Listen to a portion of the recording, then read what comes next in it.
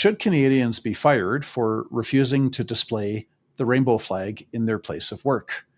Should Canadians be fired for refusing to affirm and celebrate the LGBTQ narrative? These are real questions, not hypothetical. In Ontario, two school teachers, Matt Alexander and Nicole Alexander, were fired from their jobs. Matt Alexander had been teaching for 20 years, had a spotless record teaching grades 7 and 8. His wife, Nicole Alexander, taught kindergarten, had been back to work for the past 3 years.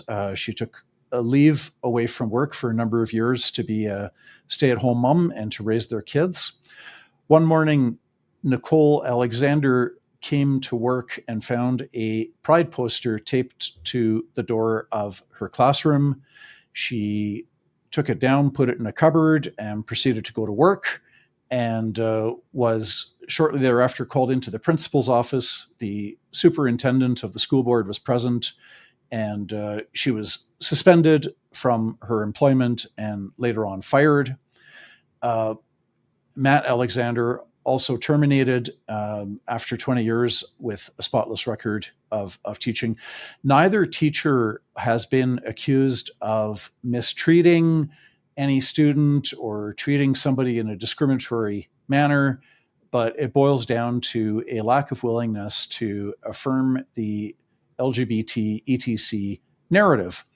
Now, perhaps the termination of their employment was related to the very public, high-profile activities of their teenage son, Josh Alexander, who a number of years ago started a group called Save Canada, and he organized peaceful protests against school board policies that would allow men, or that were allowing men who identify as women, to go into women's washrooms, women's change rooms.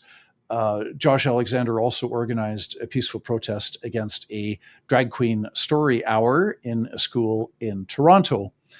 Now, in a free country, teachers, as well as other professionals and all people, should be able to explain their viewpoints, to express their opinions publicly without fear of punishment.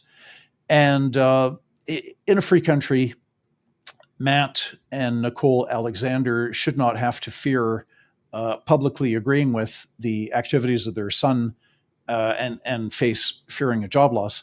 Now, as it happened, neither Matt nor Nicole publicly supported what their son, Josh Alexander, was doing. So nobody even knows for sure. I suspect they were in agreement with their son, but they didn't comment about it publicly, and they were still fired. People forget that all flags are political and they evoke strong emotions. For example, you think about the Israeli flag or the Palestinian flag. Each of those two flags will evoke feelings of love and fear and hatred and respect and contempt in different people.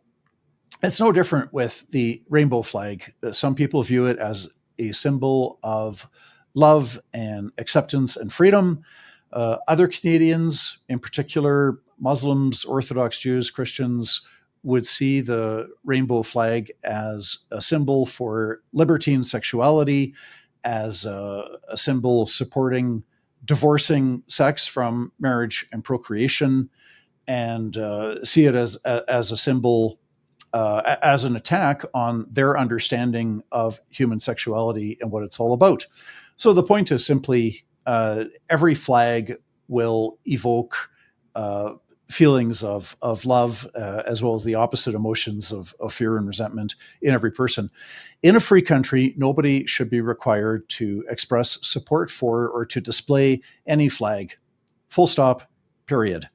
A free country does not force its citizens to display flags or to indicate agreement with any particular ideology.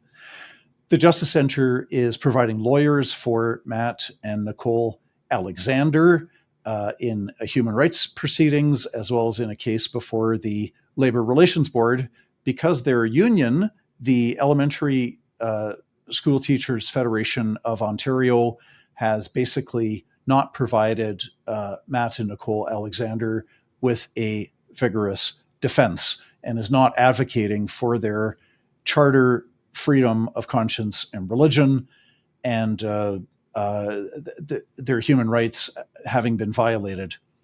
And so if you would like to support this case or the Justice Centre's work generally, we are a registered charity. We issue official tax receipts, and you can donate securely online at www.jccf.ca.